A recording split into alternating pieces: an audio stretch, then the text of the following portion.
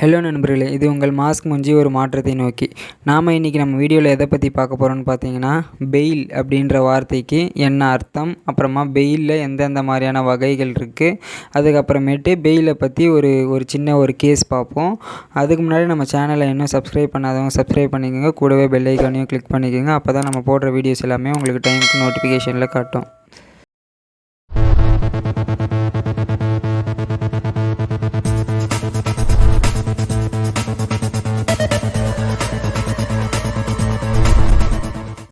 முதல்ல பெயில் அப்படின்ற வார்த்தைக்கு என்ன அர்த்தம் தமிழில் அப்படின்னு சொல்லிட்டு பார்த்தீங்கன்னா, ஜாமீன் அப்படின்னு சொல்லிட்டு சொல்லலாம், இல்லை பிணை அப்படின்னு சொல்லிட்டு சொல்லலாம். முதல்ல பெயிலுன்ற வார்த்தை எப்போ தேவைக்கு வரும் அப்படின்னு பார்த்தீங்கன்னா, ஒரு அரெஸ்ட் அப்படின்றது ஒன்று நடந்திருந்தால் தான் பெயில் அப்படின்ற வார்த்தை எக்ஸிஸ்டன்ஸுக்கு வரும். இப்போது அரெஸ்ட் யார் பண்ணுறாங்கன்னா, போலீஸ் ஆஃபீஸர்ஸ் பண்ணுறாங்களா? இப்போ போலீஸ் ஆஃபீஸர் பண்ணும்போது அவங்க முதல்ல அரெஸ்ட் பண்ணுறதே எதுக்குன்னா, ஒரு குற்றம் சாட்டப்பட்ட நபர் அந்த குற்றத்துக்கு சம்மந்தமாக விசாரிக்கிறதுக்காக அவங்க அவைலபிளாக இருக்கணும், அவங்க அதுக்கான டைமை ஸ்பெண்ட் பண்ணணும் அப்படின்றதுக்காக அந்த அரெஸ்ட் அப்படின்றது ஒன்று பண்ணுவாங்க. சிலதில் மேண்டட்டரியாக அந்த அரெஸ்ட் அப்படின்றத போலீஸே பண்ணிவிடுவாங்க. சில டைமில் மேஜிஸ்ட்ரேட் கிட்ட பர்மிஷன் வாங்கிட்டு, அதுக்கு வாரண்ட் வாங்கிட்டு, அதுக்கப்புறமேட்டு இந்த மாதிரி அரெஸ்ட்டை அவங்க ஃபுல்ஃபில் பண்ணுவாங்க. இப்போ எந்த மாதிரியான குற்றத்துக்கு இந்த மாதிரி போலீஸ் உடனே ஆக்ஷன் எடுத்து மேஜிஸ்ட்ரேட் கிட்ட அரெஸ்ட் பண்ணிவிட்டு அதுக்கப்புறம் மேஜிஸ்ட்ரேட் கிட்ட ப்ரொடியூஸ் பண்ணி ரிமாண்டில் வைப்பாங்க. இல்லை சில இதில் மேஜிஸ்ட்ரேட் கிட்ட வாரண்ட் வாங்கினதுக்கு அப்புறமேட்டு தான் அவங்களால அரெஸ்ட்டே பண்ண முடியும். அப்படின்றது எதை வச்சு தீர்மானிக்கிறாங்கன்னு பார்த்தீங்கன்னா, காக்னிசபிள் அஃபென்ஸ், அதாவது சீரியஸ் இன் நேச்சர் அப்படின்னு சொல்லிட்டு சில அஃபென்சஸ் குறிப்பிடுறாங்க. அந்த மாதிரியான குற்றத்துக்கு மட்டும் போலீஸ் டைரெக்டாக ஆக்ஷன் எடுத்து அரெஸ்ட்டை பண்ணிவிட்டு அதுக்கப்புறமா மேஜிஸ்ட்ரேட் கிட்ட ப்ரொடியூஸ் பண்ணி அவங்கள ரிமாண்டில் வைப்பாங்க. நான் cognizable offence not serious in nature அப்படின்னு சொல்லுவாங்க. அந்த அஃபென்சஸ்க்கு மேஜிஸ்ட்ரேட் கிட்ட பர்மிஷன் வாங்கிட்டு தான், அதாவது வாரண்ட் மேஜிஸ்ட்ரேட் இஷ்யூ பண்ணதுக்கு அப்புறமேட்டு தான் ஒருத்தரை போயிட்டு அரெஸ்ட் பண்ணுவாங்க. நிறைய படத்தில் பார்த்துருப்போம், நம்ம அரெஸ்ட் பண்ண வரும்போது வாரண்ட் இருக்கா அப்படின்னு சொல்லிட்டு கேட்பாங்க. ஆனால் நான் காக்னிசபிள் அஃபென்ஸுக்கு மட்டும்தான் அந்த வார்த்தைகளை நம்ம கேட்க முடியும். காக்னிசபிள் அஃபென்சஸ்க்கு போலீஸ் டைரெக்டாக நம்மளை அரெஸ்ட் பண்ணி மேஜிஸ்ட்ரேட் கிட்ட எதனால் இவரை அரெஸ்ட் பண்ணுறோம், எதனால் இவர் மேலே குற்றம் இருக்கலாம் அப்படின்னு சொல்லிட்டு கருதுகிறோம் அப்படின்றத மேஜிஸ்ட்ரேட் கிட்ட சொல்லி அவங்க ரிமாண்டில் வைப்பாங்க.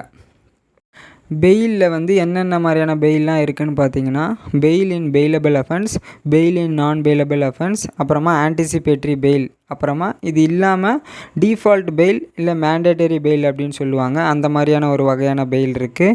இப்போது ஆன்டிசிபேட்ரி பெயில்னால் வேறு எதுவும் இல்லை, முன்ஜாமீன் அப்படின்னு சொல்லிட்டு நம்ம கேள்விப்பட்டிருப்போம். அதை தான் ஆன்டிசிபேட்ரி பெயில்னு சொல்கிறாங்க. அதுக்கப்புறமா டிஃபால்ட் பெயில் ஆர் மேண்டேட்டரி பெயிலை பற்றி நம்ம செப்பரேட்டாக ஒரு வீடியோ சீக்கிரமாக மேக் பண்ணி போடுறோம். ஸோ இதுக்குண்டான அப்டேட்டை நீங்கள் சேனலை ரெகுலராக ஃபாலோ பண்ணிங்கன்னா உங்களுக்கு நோட்டிஃபிகேஷனில் வரும். அப்போ நீங்கள் அதை பார்த்து தெரிஞ்சுக்கலாம்.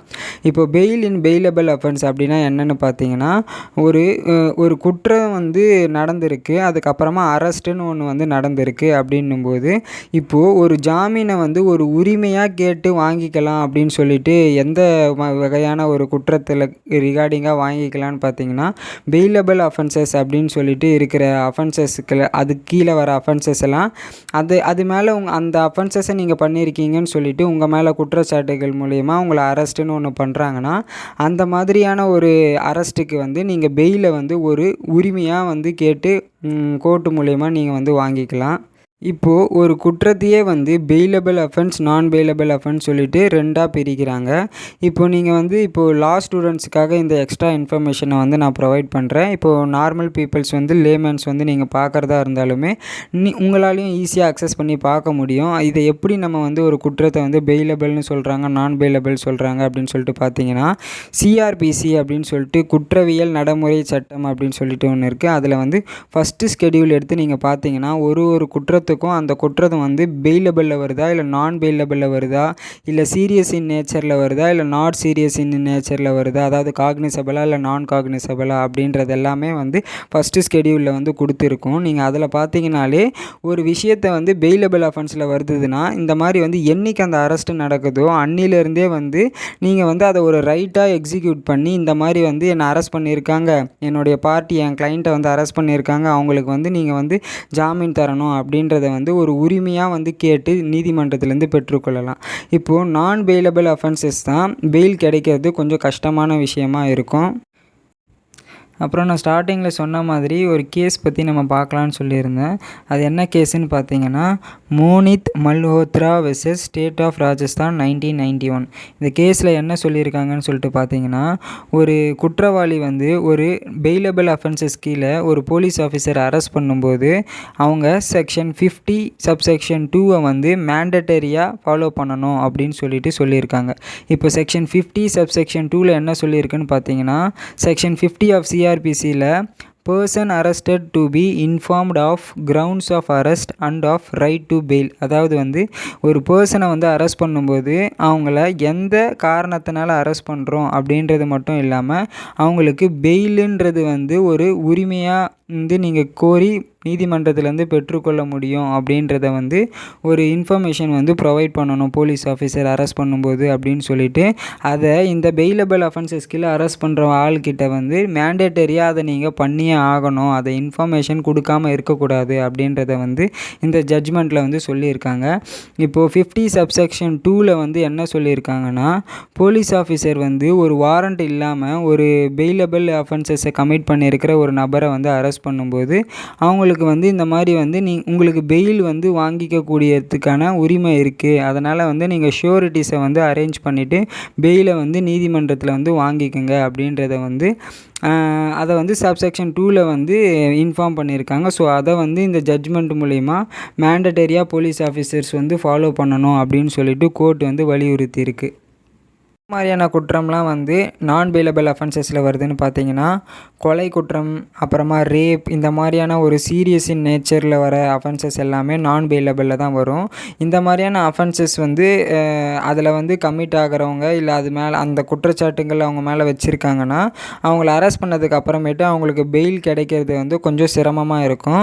அதுலேயுமே வந்து இத்தனை டேஸ்க்கு அப்புறமேட்டு வந்து அவங்கள கண்டிப்பாக வெளியில் விட்டு ஆகணும் அப்படின்னு சொல்லிட்டு சட்டத்தில் இருக்குது. ஸோ ரொம்ப நாளைக்கும் அவங்கள வந்து உள்ளேயே வச்சுட்டு இருக்க முடியாது. அதனால் அதுக்குமே வந்து பெயில் வாங்கலாம். ஆனால் வந்து சில கண்டிஷன்ஸோடு வாங்குற மாதிரி இருக்கும். அது மட்டும் இல்லாமல் அதில் வந்து பெயிலை வந்து நீங்கள் ஸ்டார்டிங்லேயே வந்து ஒரு ரைட்டாக உங்களால் கிளைம் பண்ண முடியாது.